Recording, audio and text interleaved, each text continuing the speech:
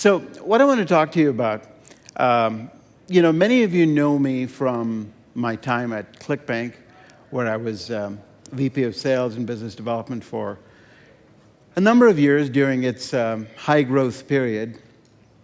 And at that time, we grew client payouts to our vendors and affiliates to $1 billion. And then during my time there, we doubled it from $1 billion to $2 billion. And it was a phenomenal ride. It's a great company. We had a great time. And since then, you probably also know me from the affiliate management company that Tara and I run, called the Net Momentum, and hosting Underground and so on.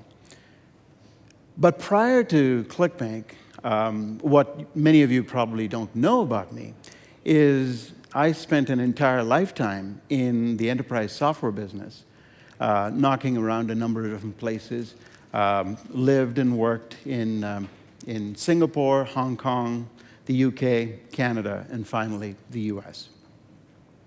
And through all of these different ventures and different travels, there's a number of experiences that I've had that I haven't really talked about very much up until now.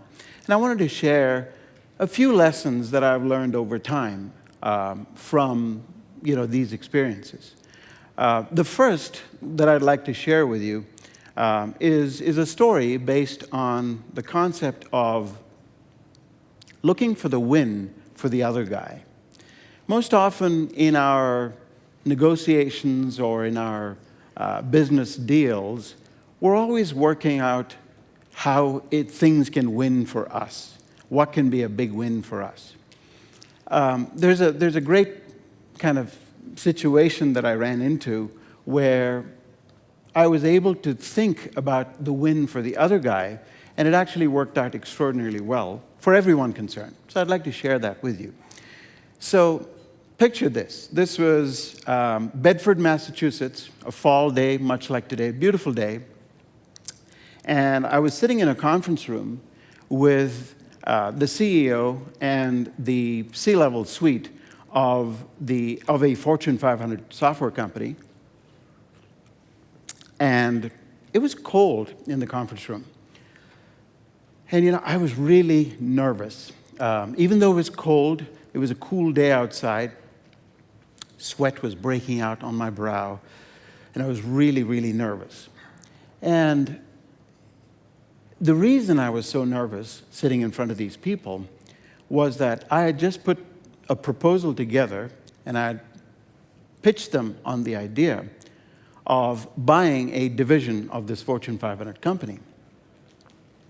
But what was unique about this proposal was the fact that my suggestion was that I would buy this division of this Fortune 500 company for no money down, no money at all, zero.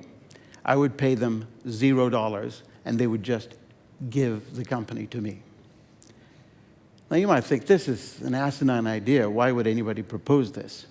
And this was exactly what was going through my mind. Why would they do this? And what made me so crazy to propose such an idea? Let me give you a little bit of a backstory. So this was the Canadian division of a software company based in Bedford, Massachusetts. And I was not a complete stranger to the CEO and the C-level suite. At that time, I was the national sales director for this company, running all of the sales in Canada. And I had consistently exceeded my goals, and it was well known within the company. And so I wasn't a complete stranger. So you see, this was during the height of the leveraged buyout craze in the early 90s, when you could do leveraged buyouts very, very easily. And simply, leveraged buyouts are where one company decides to buy another, and usually go look for a company that's got very sound financials, lots of cash.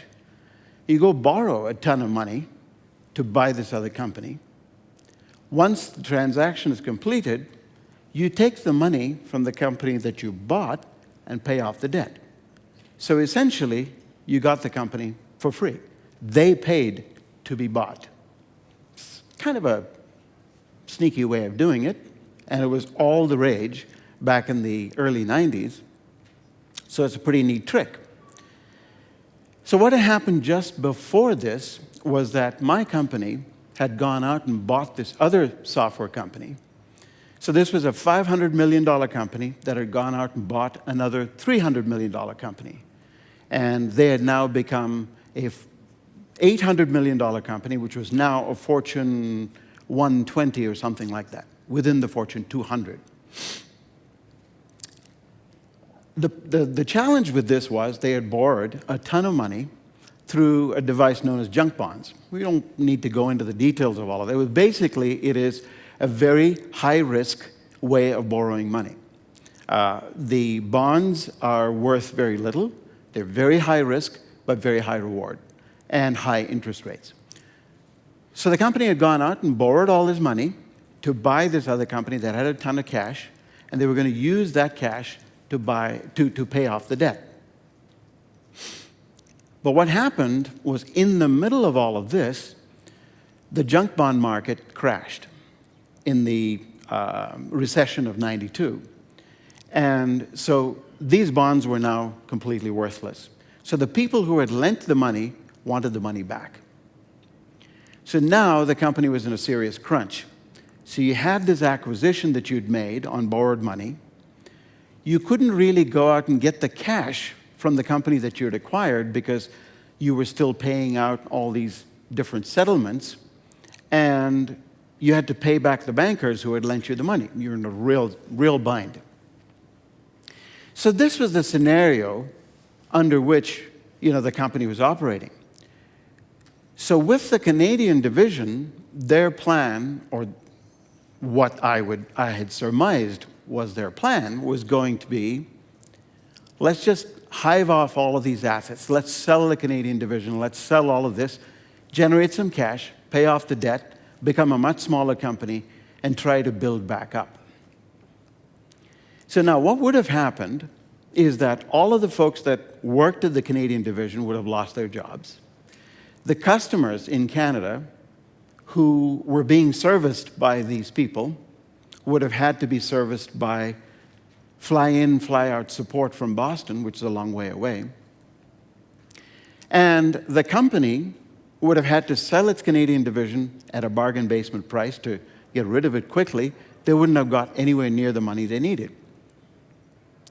Now, the Canadian division did about $20 million in revenue and about $5 million in profit.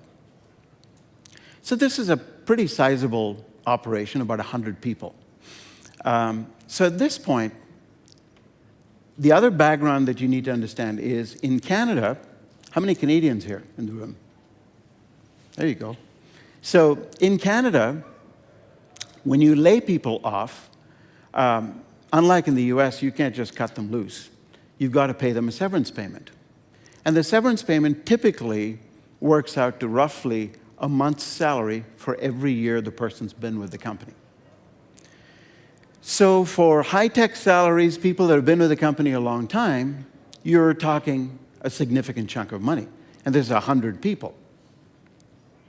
So the strategy here was, and we were sitting and thinking about this, and an idea came to me that, all of these people would love to, they love their jobs, they love the company, they love the customers that they worked with, but because of this crazy deal-making and Wall Street insanity, this was all going to go to hell in a handbasket.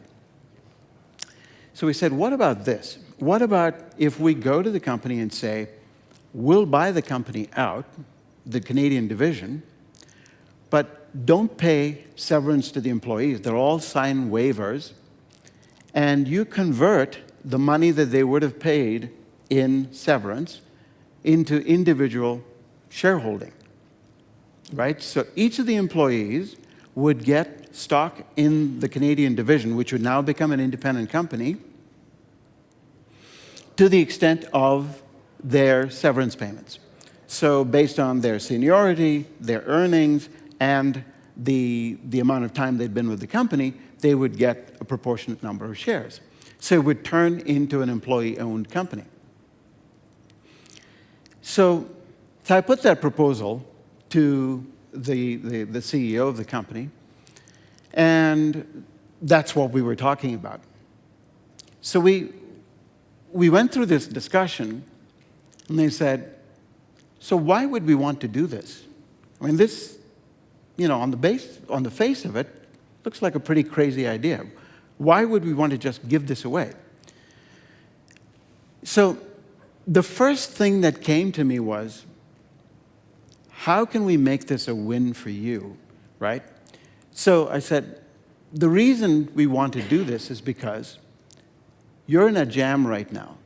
If you tried to sell this company, which has got a market valuation of maybe $40 million, you would probably, and you'd need to sell it quickly because you need to generate cash. So if you were to sell it quickly, it would be a fire sale price. You wouldn't get the money you needed. You would need to pay out severances to the employees. And we've done a rough back-of-the-envelope type of calculation. It'll work out to around $12 million for the 100 employees. And all of these customers, some of them are very, very large in Canada, would now have to get support from the US, and many of them may choose to leave, may choose to go to competition, something you can't control. Here's how we can make this work for you. All the same people who you've trained and who you've invested in all these years will continue to maintain and support your products. You don't have to pay a severance. We'll just convert that into equity. We'll own the company. And we will act as a reseller or a distributor and buy products from you and sell it to your customers. So in other words, you don't lose the revenue stream, and you still get to service your clients and your customers. So it's win all around. And they thought about it, and they said, well, that sounds good. Well, let's do it. And within 45 days, we had gotten all of the employees, all 100 employees, to sign waivers, waiving their severance payments.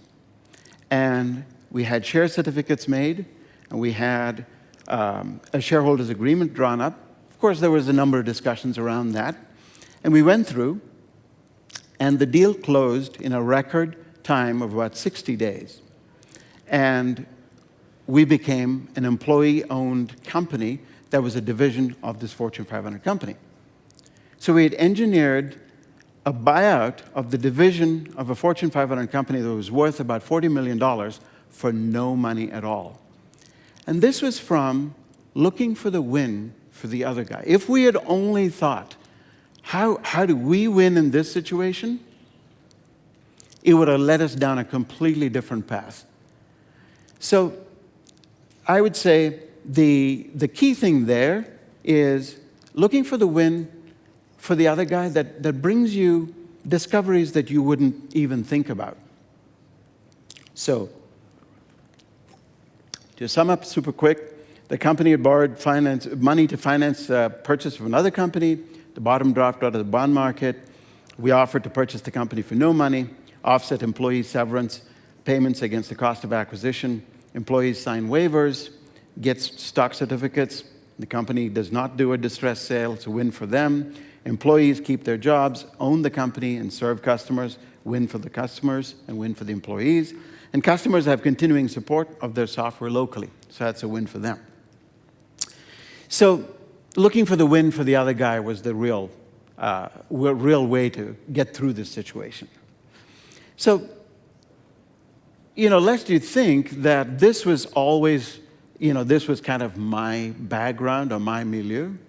It wasn't at all. I had never done a deal like this before. I grew up in India, in a middle-class family. And, growing up in India, I always, read and, saw the movies and everything like that. And I was always fascinated about life in the US. I'd always wanted to live in the US. And in the 1970s, when I was growing up, India was leaning more and more towards the Soviet Union. And I used to listen to the Voice of America I don't know if anybody knows about the Voice of America. It's the overseas broadcast service of the US government. It's kind of a propaganda machine, but it works. And, that was aspirational. To me, that was the promised land. And, I always thought I needed to figure out some way to get to the US.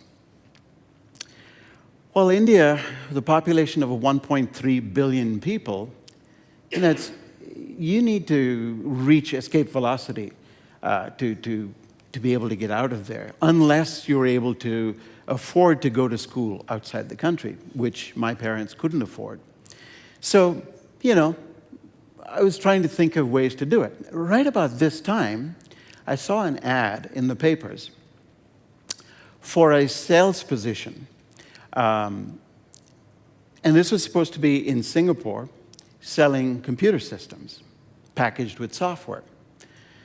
So I thought, this looks pretty cool. I read the ad a little bit deeper, and it said, experience in selling computers and software systems would be desirable, and a working knowledge of Spanish. Now, a little bit of background here. India has 15 official languages. None of them is Spanish. English is fairly widely spoken because India was ruled by the British for 200 years. And so English is, taught in schools, and the medium of instruction in colleges and so on is in English. The better schools teach French as a second language, but nobody teaches Spanish. Spanish is not at all a thing in India. So I looked at this ad and I said, how am I going to get this job? I'd love to get this job, because being a computer salesperson in Singapore sounded like a dream come true. This is something I really thought would be awesome. So I tossed and turned, and finally I decided here's what I was going to do. I was going to send out an application. So I typed up an application on a manual typewriter, which I still have to this day. It was my dad's old manual typewriter. And it had an E that struck a little bit above the line. It looked like a superscript. So anyway, I typed this application out, and I said I had a working knowledge of Spanish, absolutely untrue, and had experience in sales. Didn't say anything about computers. But at that time, my first job out of college was selling boats. I knew computers did fantastic things, but I didn't know the first thing about computers. So, sent this application off and didn't really think much about it. But then, the desire to get this job, constantly kept nagging at me. So I was, trying to figure out how do I do this? What do I do? How do I get this job? So then I thought, Spanish, that's it. How do I set myself apart from all of these different people? So I figured Spanish would be the trick. So the next day, on my way to work, I stopped off a used bookstore and bought a Teach Yourself Spanish book. And from that point on, every day at lunchtime, I'd finish my lunch super quick and sit down and start brushing up on Spanish. I read Spanish. I did, every time I went out, I would imagine conversations in Spanish. When I spoke to people, I would first speak Spanish in my head, just to make sure that I was having this conversation, and then carry on the conversation. Anyway, so several weeks went by, and I got a letter in the mail inviting me to an interview at a local hotel. So for some reason, they had picked my resume and my application and invited me for an interview. So I was excited. So I picked out my only suit. I had one suit at that time. And I picked it out, dusted it off, my best black shoes, and laid out several ties. Finally picked one tie that I liked. Got all dressed up in the morning, ironed my shirt, and decided I'd go to this interview. So I show up to this hotel where they were doing the interviews, and the lobby was packed. There were people everywhere. and all dressed formally. You know, they were all standing around, leaning against the columns, and I said, oh my God, what is this? This looked like an airport during the holidays rather than, you know, a hotel lobby.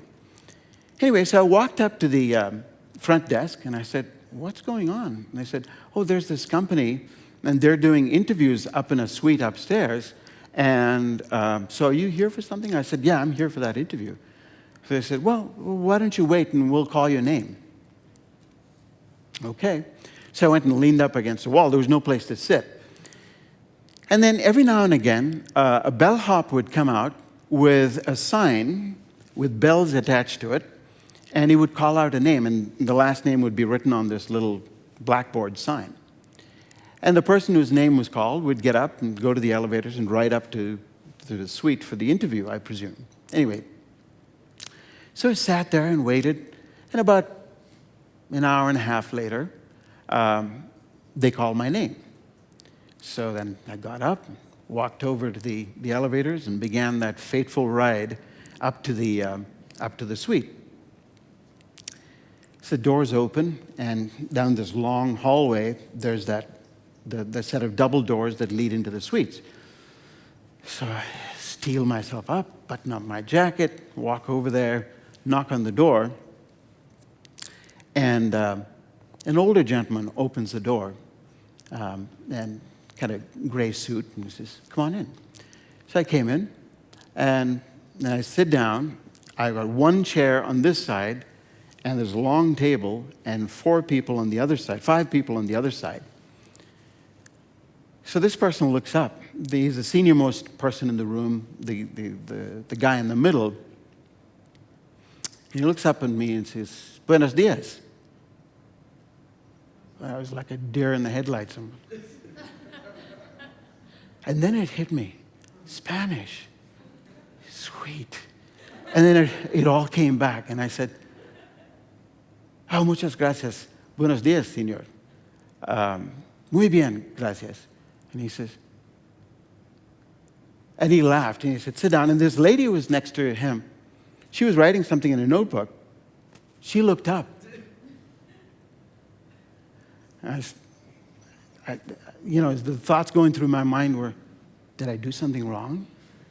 Did I use the wrong honorific? Did I use the wrong gender? Spanish is weird with genders. So I must have done something wrong. Anyway, so they didn't pursue that any further. So I sat down. The conversation went on. Luckily, there were no more questions in Spanish. So that was good. And then they asked a couple of questions. It wasn't really so much about computers, which I expected, but it was really more about, why do I think I would succeed, and have I done anything to distinguish myself, and things like that. And I made up some stuff. In the end, it was an innocuous conversation. So it went on for about an hour, and they said, thanks, we'll be in touch. And when they opened the door, the gentleman said, you were the only one person that we've seen so far that went to the trouble of learning Spanish. I said, well, thank you. And I walked out. And so as I got to the elevator, I was thinking, I wonder if that was enough. Was that enough? Did I do enough? Did I distinguish myself? Did I stand out from all of those people in the lobby? So I go down to the lobby. There's still as many people there. More people had come in, some people had gone out, so my heart sank. I said, oh my gosh, I don't know if this is going to be enough. Anyway, I left. So a week later, I got an offer in the mail, and they said, we'd love you to take the job, and we'd love for you to go live in Singapore and, sell our systems, which is great. I later found out that they were doing interviews in 5 cities. They interviewed 12,000 people and picked 1. Me. And all I did was a few words in Spanish. So, standing out from the sameness is a huge, huge thing. Try to find some way to stand out from the crowd. It doesn't matter if you think it's cheesy, because when I went and got that used book on Spanish, my thought was, okay, I'm going to give it a try. I'm going to try really, really, really hard, but I don't know if this is going to be enough. But let me do it anyway. So stand out from the sameness and go the extra mile. It always helps to do just that little bit extra to distinguish yourself. The next story I have deals with, not drinking your own Kool-Aid, not getting so absorbed in your own PR message and your own greatness. This is a humbling lesson. So many years later, I started a company in Canada that I sold to a company here in Colorado, which is how I happened to move to Colorado in the first place. So we had built a really successful business in Canada that when I sold to a company here that had a lot of venture capital money, but really no sales. So as part of the acquisition, they said, you've really got spectacular customers like Boeing and Rolls-Royce and Ford Motor and so on. We'd love for you to come run our sales organization if you would. And would you run business development? And we'd be happy if you could. And I said, sure, yeah, I'd be happy to do that. And this was a dream come true for me, because here was an opportunity to come live in the US. This is what I always wanted. It took me a long time to get here. I didn't have an easy route. It wasn't a direct route by any chance. But it got me here, and it was a great job, and I loved it. So I started to put together a sales organization and a business development organization. And we were essentially looking for strategic buyers for the company as we grew it. Now here I must pause and give you a little bit of a kind of a differentiator between the two types of companies that potentially would buy a company that you build. How many people are looking for an exit at some point? Cool. So there are two types of buyers, and many of you probably already know this. One is a financial buyer. A financial buyer would buy your company to resell it at a later date. So it would be either a private equity company or some other financial transaction, where the idea would be to buy your company, change it, reduce the cost, build something, and resell it. The second type of a buyer is a strategic buyer. And a strategic buyer buys the company for some strategic advantage your company gives it. So that strategic advantage could be technology, it could be people skills, it could be processes, it could be customers and clients, it could be anything. The difference between these two types of buyers is that a financial buyer typically wants to buy your company at the lowest possible price, because when they resell it, they want to get the highest benefit. A strategic buyer doesn't really care that much about price. Everybody cares about price, but not that much, because they're buying the company for a strategic advantage. They're going to buy your company, put it in for what you bring to the company. So one of the things that we were doing was, as we grew the company, we were looking for strategic buyers. And we thought, and I found one. This was a subsidiary of a French insurance company. It was owned by a husband and wife team, and their home was in Mont Blanc, in the French Alps. And you can see the Matterhorn from their place, and it's just a gorgeous place. And so we had set up a meeting. We had suggested to them that they might be interested in acquiring our company, and they said, yes, let's get together and discuss it, and so come on over. So they had their home office.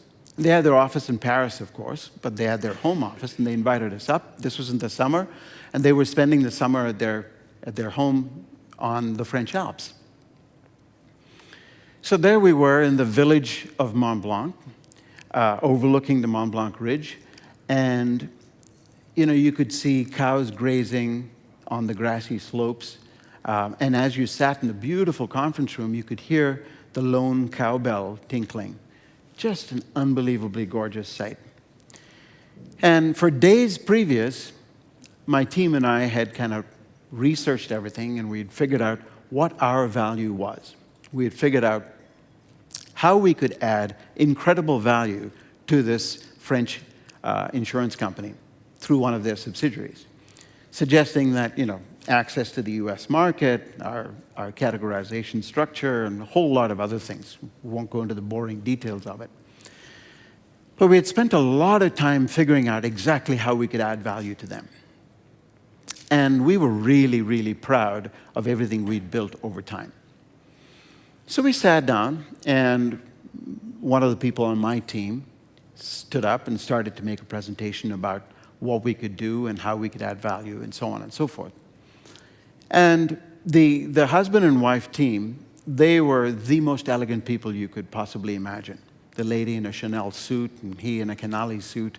They were just absolutely beautifully dressed, very elegant, polished. And they sat there and listened very politely, very intently. But I could see that there wasn't a level of engagement. While they were listening, the body language wasn't such that they were really engrossed. So the presentation ended. It was my turn to stand up and, kind of summarize the deal points. So I stood up and I said, we've talked about all of this, and here's how we can add value to you and so on. What do you think about this? And they said, this is great. We love everything you've presented, but every single one of the things that you've talked about as a value, we already have through one of our other companies that we own through our French insurance company. And so then it hit me. So what we had done is we had focused so much on our own stuff, how great we were. And we, all of our press material, all our PR work, we were so wrapped up in how great we had forgotten about what they already had. And we had neglected to take into account how we could make it special for them. So we had really drunk our own Kool-Aid. And so that deal didn't really happen. And so it was an unfortunate thing. It was something that we wanted to do, but we really couldn't because we hadn't done the right thing. The next story deals with, a really special deal that we put together.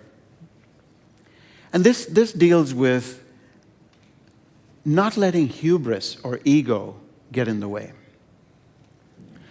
So as part of this company, we had developed some technology that would allow people to purchase items in large corporations, allow people to purchase items from their desktop. A catalog. This was in the mid-90s, which was a hugely innovative thing. And so we got into a deal with SAP, the German software company. It's an enterprise software company. It's huge. And the deal was that we would provide them the technology that they could put in their procurement application, and they would pay us a royalty of $5 for every license they sold. So that was kind of a small deal. Except when you think that was worth $95 million a year to our company. Because at $5 a seat, they had customers like Airbus, Audi, Mercedes, name the largest companies, Toyota, Siemens, Mitsubishi. These were all of their customers, and every one of them installed this purchasing application. And so this was going to be going into all of these different locations, and we would get a tiny bit of every seat that they sold. So it was a massive deal. So through this process, I had built up a really good relationship with the board at SAP. So sometime later, and I was out for lunch with a couple of my coworkers, and I got a call on my cell phone. And this was from one of the senior board members at SAP. And he said, I just wanted to give you a quick call. We want to make a proposal to you. Now, this is a senior board member from SAP, which is like a $60 billion company, calling me at lunch saying they wanted to make a proposal to me. Usually, the traffic went that way, not this way. Anyway, so I said, sure, Peter, what can I do for you? And he said, well, we'd like to buy your company. I said, wow, okay. Can I ask why? He said, well, you've provided technology that goes into every one of our purchasing systems, and that is so vital to our survival that we can't allow that to be outside of our company. We need to own it. And he said, it's like the New York Times having their printing done by someone else. We just can't do that. We have to control it. So, and the second thing is we don't want you to fall into the hands of a competitor. We need to take you out of the market. We need to buy you. I said, great, I'm happy to take that to our CEO and the board. What kind of number might you be thinking of? And he said, well, we could be persuaded to pay up to $2 billion. And this was for a company that had revenues of $42 million. And this was in 2000. This was the height of the dot-com boom. Valuations are running crazy. But still, $2 billion for a $42 million company. So anyway, I took the proposal. I ran back right after lunch, beat a bunch of red lights, got there to the office, ran up to the CEO, and I said, look, we've got this. I just got a call from Peter, and he's made an offer, $2 billion. We should do it. Well, she said, that sounds interesting, but we should think about it. I'm thinking, what's to think about? $2 billion. There's 2 billion reasons not to think about anything. Let's do it. Anyway, so she said, no, well, we need to think about it. So they called a meeting, the CFO, myself, and the CEO. We got together. And she said, our plan is to file for an IPO. We're going to go public. This was about it's October of 2000. So we're going to go public. We're going to do an IPO, and it'll be far bigger. $2 billion is just too little. The price just went up. This is not good. So, I really didn't think that was a good idea, but I said, all right, okay. So what do you want me to tell them? Do you want me to tell them that we won't take it? She said, yeah, I think you should tell them that we're going to do the IPO. We're firm on the IPO idea. Thank you for your offer. We're very flattered, but no thanks. So I called him back, and by this time, this is about 3 o'clock in the afternoon our time, which makes it 11 o'clock at night in Germany. And the senior board member from SAP is waiting for me to call him. So I called him at his home at 11 o'clock at night, his time, to tell him, thanks, but no thanks. You know where you can take your $2 billion offer. One of the most expensive phone calls I made. So anyway, we filed our S1, which is the filing to go public, and we started doing roadshows in early 2001. And we were set to go public in October. And we know what happened in September. So the entire market dropped out, and there were no IPOs that happened for almost 2 years after, and by which time the market had changed. Everything had changed. The world had changed. And eventually, that company was sold for 1% of the valuation that we were offered at that point. 1%. So it says, don't let hubris get in the way of a good thing. There's a lot of good things that come your way. Recognize a good thing for what it is and grab it when you can. So, a few lessons learned. Look for the win for the other guy. Great opportunities are revealed for you when you look for other people's wins. Stand out from an ocean of sameness. Don't be afraid to be authentically different. The key thing, of course, when you want to be different, don't just be different to be different. Be different in a way that's authentic to you. Go the extra mile. The road is a lot less crowded out on that extra mile. Don't drink your own Kool-Aid. Look at your product, your offer, your business objectively. And don't let hubris or ego get in the way of a good thing. Thank you. Any questions?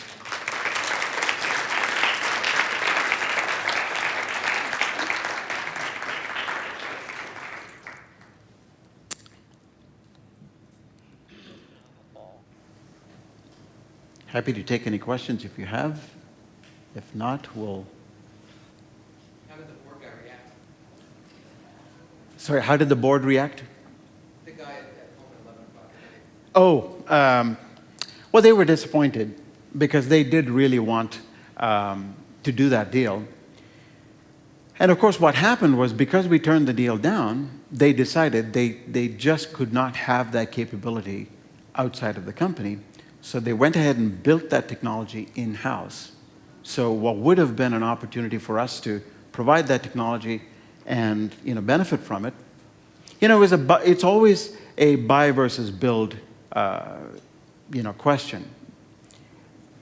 Build is it takes longer, sometimes is more expensive, but you can do it the way you want it and you have control over it.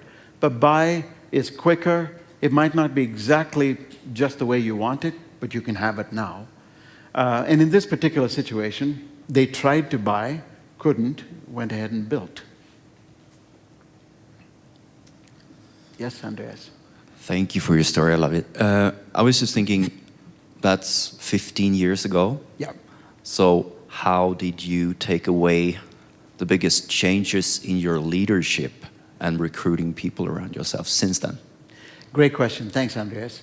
So, that was 15 years ago in 2001. And, that one deal would have been worth a lot of money to me personally as well, because I had a significant amount of stock in the company. But that's one thing I'm actually quite surprised that I'm not bitter about. If it was meant to be, it would be.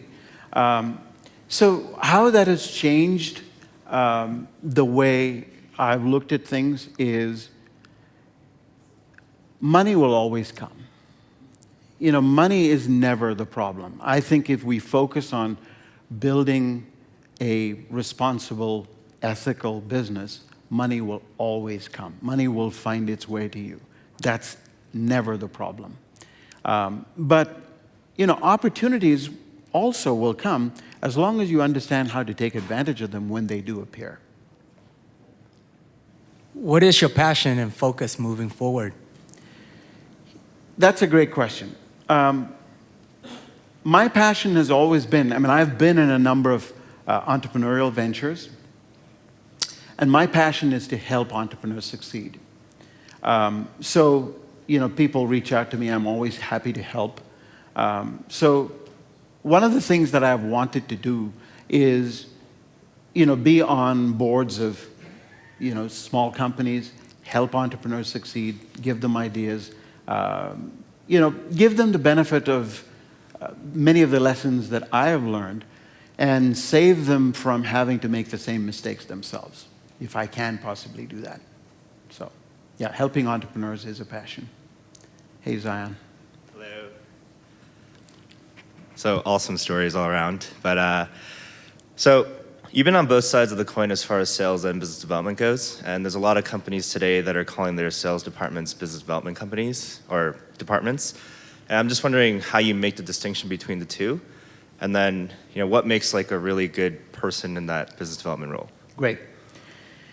So what I would say is, this is kind of an old hack, which is that business development is sales without a goal.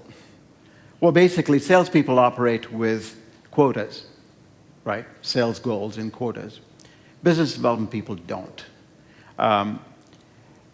Yeah, I mean, the line is blurred. People tend to call one thing another. But business development typically tends to be much more strategic and more about company-to-company interaction. And sales tends to be more company to consumer, whether it's another company or whatever. It's less strategic, more tactical, more transactional. So that's one way to describe it. And sorry, the second part of your question was about the qualities or the traits of people for these roles, right? Yeah, I would say for business development people, you would want people with a strategic sort of inclination. Because it can get very frustrating in business development if you try to be transactional. If you try to, work deals like you want to get the deal done, quickly, and a lot of deals like you would want to do sales, that's difficult to do in business development because it tends to be much more strategic. And business development sometimes kind of morphs into corporate development where you end up doing mergers and acquisitions and that type of stuff. So it could lead to that. So it's important to think of it in that perspective. Sales tends to be much more repetitive. It's an established model. You've done this before. You keep doing it again and again and again. Yeah. Hi, Dave. Hey, Dash. How are you, man? Good.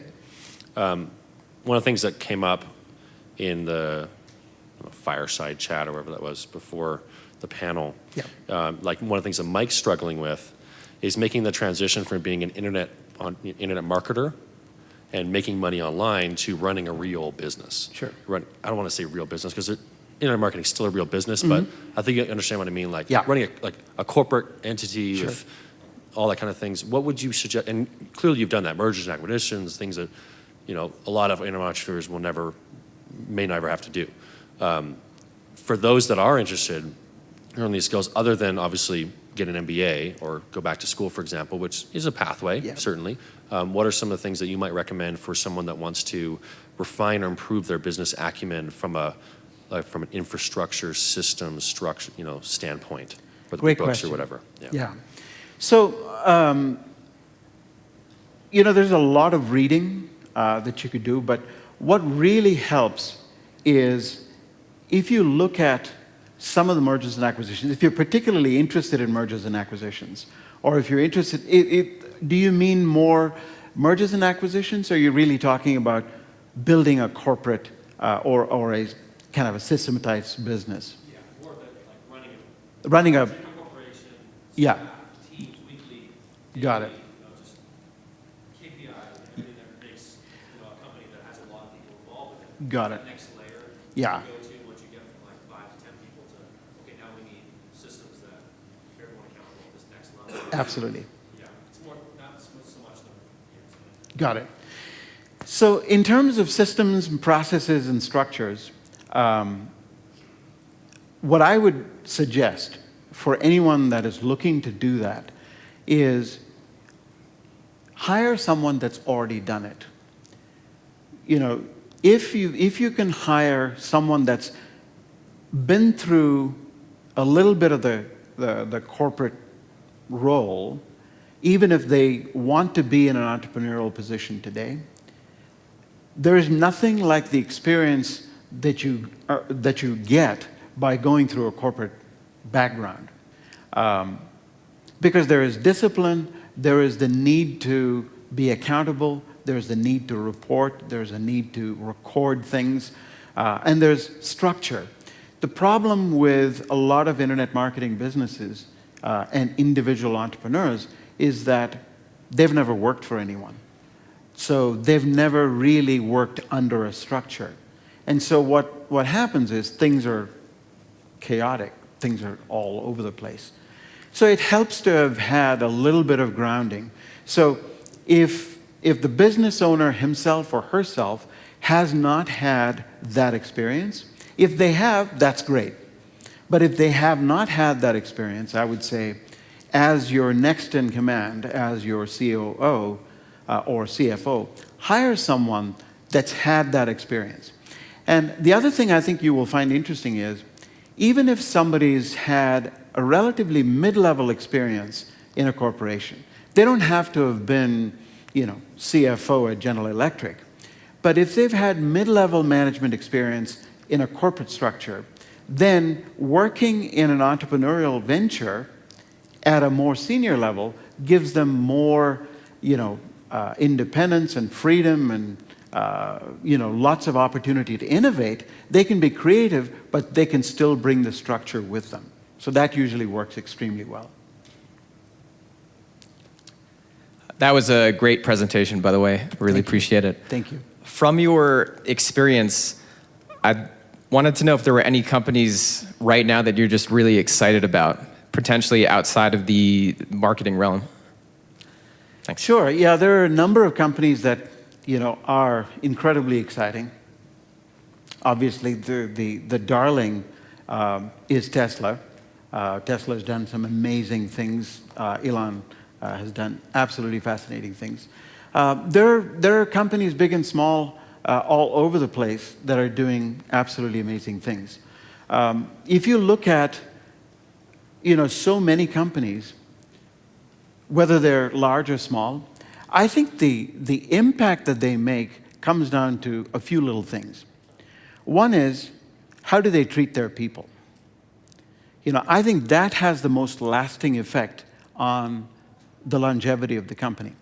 If you churn and burn, if you bring people in and they feel like they're in a pressure cooker and then they leave, no matter how good they, and there are different viewpoints on this. Jack Welch at GE, we talked about it yesterday, where Jack Welch's view is that you've got to cut the bottom 10% of your people every year, just cycle them out, because nobody is that good. I'm not sure that I buy that. But there are a lot of exciting companies today that are doing amazing things. But the key things are impact, the way they treat their people, and what their mission is. So I think you'll find a lot of them. Thank you very much.